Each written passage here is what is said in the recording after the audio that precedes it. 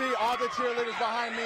Let's score 42-21. Less than 2 minutes left in the fourth quarter. Jackson looks like they're on their way to securing their first region title since 2015. Daeshen, tell us about the vibe in Beeham. A little bit different than T-Town and Auburn, I bet. Yeah, it is a little bit different. Not the typical champions walk that you would see, for example, last year in Alabama, but that doesn't seem to matter to any of these folks. Jackson got here a little over an hour ago, did their Blazer walk. Their fans are absolutely packed out here. That pregame celebration had a little bit of everything as fans, friends, family, and former teammates all came together to celebrate one of the all-time greats who gave us a moment that will live forever. This team has really turned around. We've seen kind of a resurgence here at MGM the last 2 years. You know, you've seen it firsthand as a starting quarterback. What's kind of led to that, and what's been the mindset of this team over the last couple of years? Everybody buying into the process and, you know, coming every week focused. Curious to hear what you think about it.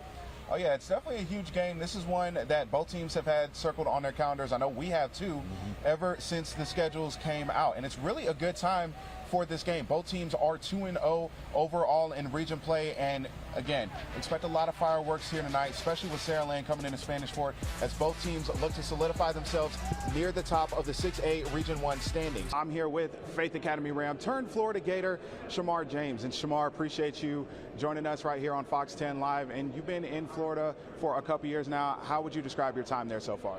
My time's been great here.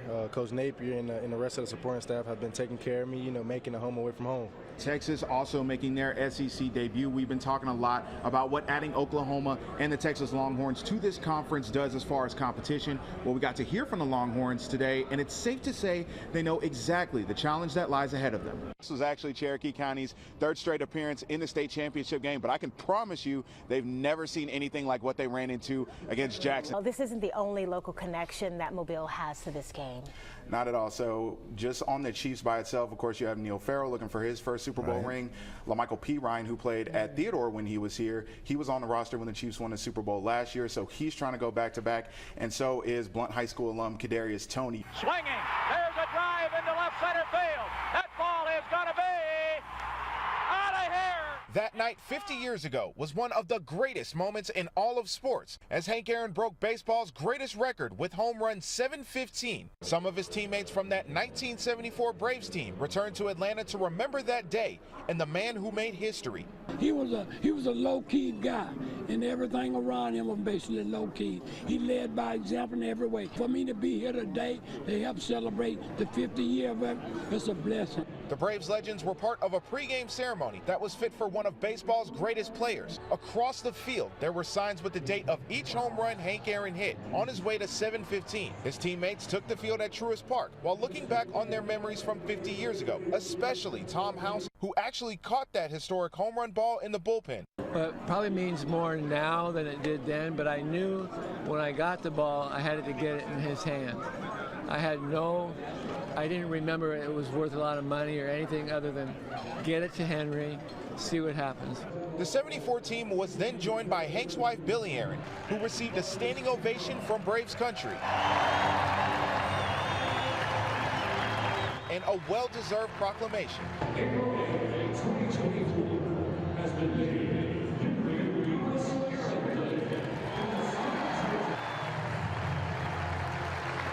Several fans in the crowd were also there 50 years ago to witness a home run that did a lot more than rewrite the history books. I think it brought, a lot of America together.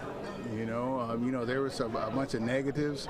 There were some racist comments, but there also, I think it changed the minds of a lot of people on how he handled the whole thing with dignity, humility and honor. So it definitely, helped society.